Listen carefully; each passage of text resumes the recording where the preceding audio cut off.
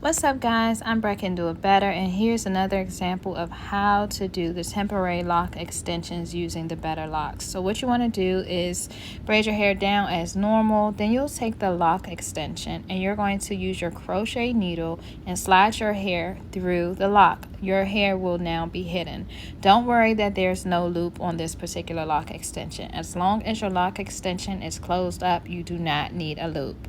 So you'll slide your hair through the lock like so. Your hair will be hidden. You'll push it up to make sure that it's not sliding down.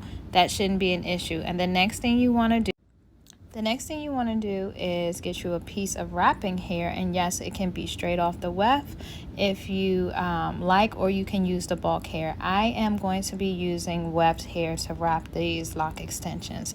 I typically use weft hair for my own temporary locks or the bulk hair. Bulk hair is a little bit thicker and easier to work with, but the texture may be just a slight different. So either one works great. As you can see, just use your crochet needle. You're going to slide it in at the root, and then you're going to bring the hair on through, and you'll just begin to wrap. You can also secure it by putting your crochet needle through the lock extension and then continuing to wrap, and then wrap again, and then secure again with the crochet needle.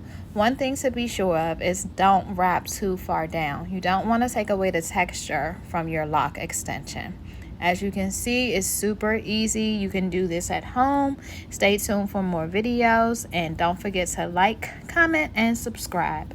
I'm Brett Can Do It Better, and here's another sample of how you can do your temporary lock extensions if you're not quite ready for the commitment. And up close, all looks well, and as you can see, everything is fine. Perfect.